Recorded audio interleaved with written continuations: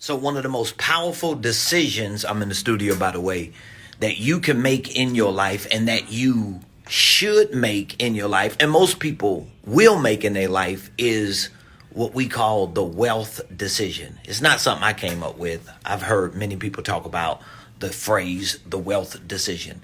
But it's a decision that you will have to make if you haven't already made it.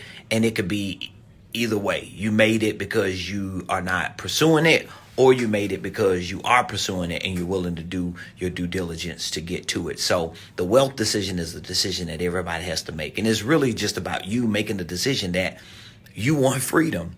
You want freedom to do the things you want to do, go to places you want to go, have the things you want to have, help the people you want to help without financial restrictions. Now, there are a lot of responsibilities and a lot of accountability and daily habits that come with it, but it starts with you being able to make the wealth decision.